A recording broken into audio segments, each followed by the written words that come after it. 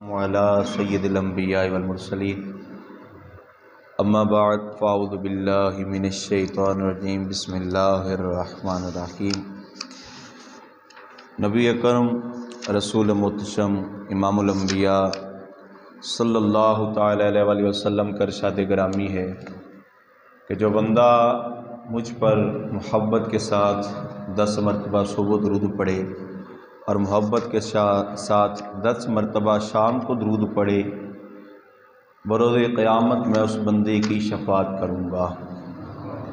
صلو علی الحبیب صلی اللہ تعالی علی محمد صلی اللہ تعالی علیہ وآلہ وسلم۔ اللہ کا کروڑوں ہاں شکر ہے کہ اللہ تعالیٰ نے رمضان المبارک کے مہینے میں یہ ہمیں سعادت نصیب فرمائی کہ ہم اس طرح بیٹھ کر قرآن کا درس حاصل کرنے کے لیے جمع ہو جاتے ہیں۔ یقین جانیے آج ہماری بدقسمتیاں بھی یہی ہیں کہ ہم نے قرآن کو بھلا دیا۔ وہ اقبال کا بھی ایک شعر ہے کہ زمانے نے ہمیں زمانہ دکھایا نہ ہوتا اگر قرآن کو ہم نے بھلایا نہ ہوتا، کہ قرآن کی ہم تعلیمات کو بھلا کر بیٹھ گئے اور قرآن کے احکامات کو بھلا کر بیٹھ گئے تو ہم در بدر کی ٹھوکریں کھانے والے بن گئے۔ تو آج اس بات کا ہمیں ایک شکر ادا کرنا چاہیے مولا کہ ہمارا اس طرح سلسلہ قرآن درس قرآن جاری و ساری ہے، اور اللہ ہمیں توفیق دیتا ہے کہ ہم بیٹھ کر سنتے ہیں اور اس سے حاصل کرتے ہیں۔ آج چوتھا پارہ ہے جی۔ اللہ تعالیٰ نے چوتھے پارے کی ابتدا ہی میں مال خرچ کرنے کا حکم دیا ہے۔ کون سا مال خرچ کرنا ہے؟ جس سے تم محبت کرتے ہو۔ رب کے راستے میں وہ مال خرچ کرنا ہے جو تمہیں پیارا لگتا ہے، تمہیں بہت اچھا لگتا ہے۔ یہ مال خرچ کرنے کا سلسلہ کوئی آج سے نہیں ہے، یا پیارا مال خرچ کرنے کا سلسلہ آج سے نہیں ہے، یا یہ بولیں کہ مال اچھا خرچ کریں گے، پیارا خرچ کریں گے تو ہی رب قبول کرے گا۔ تو سمجھ لیں ایسی بات ہے کہ ہم جس مال سے زیادہ پیار کریں گے، جو مال ہمیں دنیا میں پیارا لگتا ہوگا، جب وہ اللہ کی راہ میں دیں گے تو اللہ اس کو قبول فرمائے گا، قبولیت کا درجہ بھی دے گا اور اللہ اس کا اجر بھی بہت زیادہ دے گا۔ جب ابیل اور قبیل کا آپس میں دونوں کا گفتگو ہوئی، بحث و مباحثہ ہوا تھا، تو اس وقت بھی اللہ نے یہی حضرت آدم علیہ السلام کو فرمایا کہ اے آدم علیہ السلام، آپ اپنے بیٹوں سے کہہ دو کہ وہ جو ان کو اچھا ہے نا دنیا میں وہ مال دیں، جس کا قبول ہو جائے وہ بندہ اس عورت سے اس کا نکاح ہو جائے گا۔ تو اس وقت جو ابیل تھا انہوں نے اپنا مال پیش اس انداز سے کیا، اور اللہ تعالیٰ نے جو ان کو محبوب مال تھا اللہ نے اس کو قبول کیا۔ تو ایک تو ہے کہ مال خرچ کرو جو آپ کو پیارا ہے۔ جب یہ آیت کریمہ اتری نا، ایک صحابی رسول تھے حضرت طلحہ رضی اللہ تعالیٰ عنہ۔ حضرت طلحہ رضی اللہ تعالیٰ عنہ کا ایک کنواں تھا جس سے نا لوگ پانی بھرا کرتے تھے اور پیاس بجھایا، بڑا پیارا تھا، جہاں سے ان کو مال آتا تھا، ان کا گھر کا سلسلہ چلتا تھا۔ حضرت طلحہ رضی اللہ تعالی عنہ نے جب یہ آیت کریمہ میرے کریم آقا علیہ السلام کی زبان اقدس سے سنی نا، تو آپ گھر گئے اور گھر جا کر نا پھر واپس پلٹے، حضور سے عرض کی یا رسول اللہ، اگر آپ حکم فرمائیں تو میں اپنا یہ جو ہے نا کنواں یہ صدقہ کرنا چاہتا ہوں، رب کے راستے میں دینا چاہتا ہوں، اس سے مال نہیں لوں گا، جو کچھ جس انداز سے کوئی پانی لے گا میری طرف سے اختیار ہے۔ حضور مسکرائے اور فرمایا اللہ اے طلحہ تجھے اس میں برکت عطا فرمائے۔ تو مال محبت والا جو ہے نا وہ خرچ کرنا چاہیے۔ اس کے بعد اللہ تعالیٰ نے بیت اللہ کا مقام، رب خانہ کعبہ کی عظمت کو بیان کیا ہے۔ حضرت ابراہیم علیہ السلام اور حضرت اسماعیل علیہ السلام نے بنایا، اور بنانے کے بعد جو ہے اللہ تعالیٰ نے اب اس کی کعبۃ اللہ کی بیت اللہ کی عظمت کو بیان کیا کہ جب بنایا تو عرض کی مولا اب کرنا کیا ہے؟ حضرت ابراہیم علیہ السلام سے اللہ نے فرمایا ابراہیم اب لوگوں کو بلاؤ، اس کی طرف لوگوں کو بلاؤ۔ یا اللہ میرے پاس تو اتنا آواز نہیں ہے میری کہ میں یہاں سے بلاؤں تو میری آواز پہنچ جائے گی۔ تو توکل تھا نا رب کی ذات پہ، اللہ نے فرمایا ابراہیم بولنا تیرا کام ہے، پہنچانا ہمارا کام ہے، ذرا بول تو صحیح۔ حضرت ابراہیم علیہ السلام نے وہاں بولا، آواز لگائی کہ لوگوں یہ بیت اللہ ہے، اللہ کا گھر ہے، طواف کیا کرو، زیارت کیا کرو، آؤ گے ایک نظر پڑنے سے اللہ سارے گناہ معاف فرما دے گا، آؤ تو صحیح نا۔ تو حضرت ابراہیم علیہ السلام کو اس انداز کو قرآن میں بیان کیا گیا ہے۔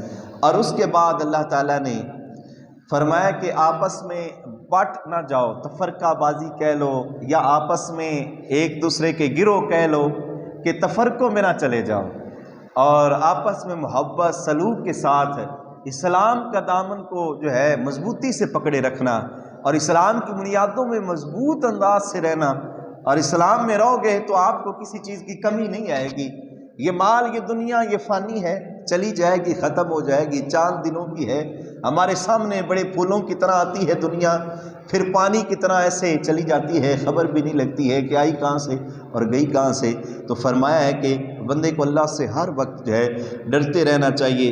اور اس کے بعد اللہ نے فرمایا کہ کچھ لوگوں کے قیامت والے دن چہرے جو ہے نا، کچھ لوگوں کے چہرے نورانی ہوں گے، سفید ہوں گے، اور کچھ لوگوں کے چہرے سیاہ ہوں گے۔ اور فرمایا جن کے نورانی ہوں گے نا چہرے، اور جن کے سفید چہرے ہوں گے، فرمایا وہ لوگ ہوں گے جنہوں نے اللہ اور اس کے رسول کو ویسا مانا جیسے ماننے کا حق تھا۔ اور کچھ لوگوں کے چہرے سیاہ ہو گئے، وہ ہوں گے جو ہمیشہ ہی منافقت کی روش اختیار کرتے رہے، آج تک کرتے رہے۔ لبادہ تو اسلام کا اوڑھتے ہیں، لباس اسلام کا ہے، جبے کبے دستاریں اسلام کی ہیں، یہ ساری باتیں اسلام کی ہیں، لیکن اسلام کو اس انداز سے ماننا نہیں ہے۔ اور اس کے بعد اللہ تعالیٰ نے فرمایا کہ یہ جو امت ہے نا، یہ امت حضور کی امت سب سے بہترین امت ہے، سب سے بہترین امت ہے۔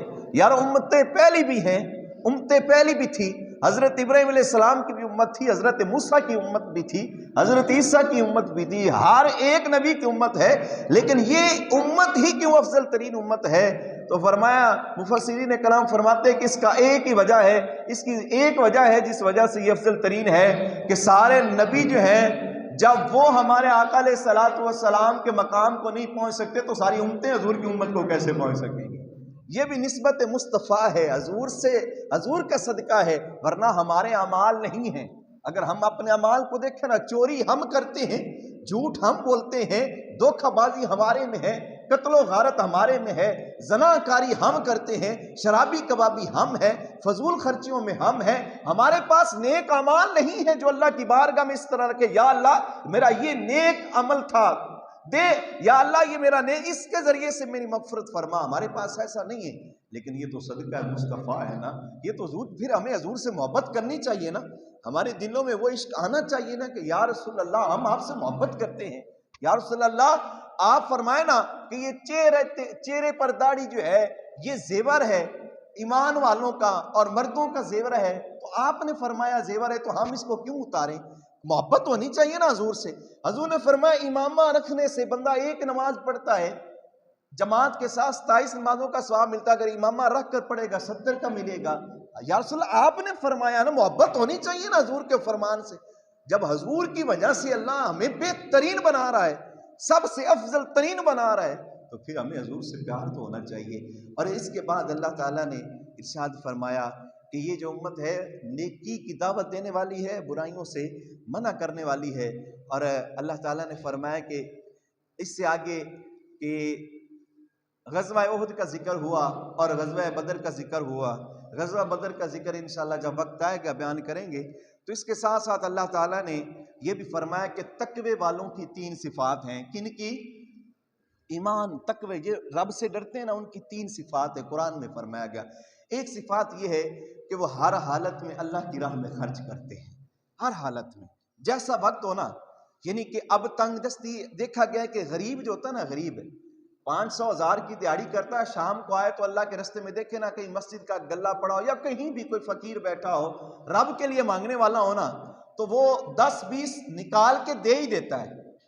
یعنی کہ وہ حالت کو نہیں دیکھتا کہ میں 1000 کما کے آیا ہوں، اور ایک طرف وہ امیر ہے جس کو اللہ نے بے شمار مال دیا ہو اور وہاں سے گزر بھی رہے ہوتے ہیں لیکن کبھی نظر بھی نہیں پڑی ہے۔